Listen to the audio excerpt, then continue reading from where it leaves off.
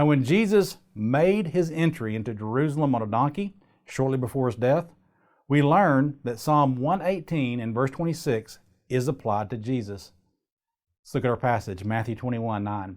Then the multitudes who went before and those who followed cried out, saying, Hosanna to the Son of David. Blessed is he who comes in the name of the Lord. Hosanna in the highest. David also writes about how Judas would betray Jesus in Psalm 41, verse number 9.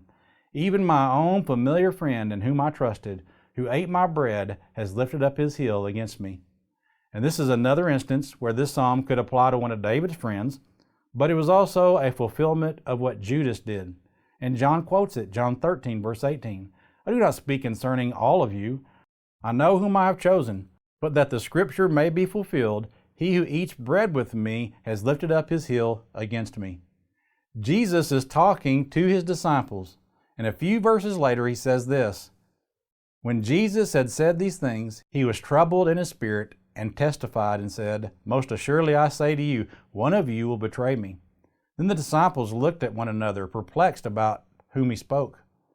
Now there was leaning on Jesus' bosom one of his disciples whom Jesus loved. Simon Peter therefore motioned to him to ask who it was of whom he spoke. Then leaning back on Jesus' breast, he said to him, Lord, who is it? Jesus answered, It is he to whom I shall give a piece of bread when I have dipped it. And having dipped the bread, he gave it to Judas Iscariot, the son of Simon. Judas was the friend of Jesus that ate bread with him and lifted his heel against him.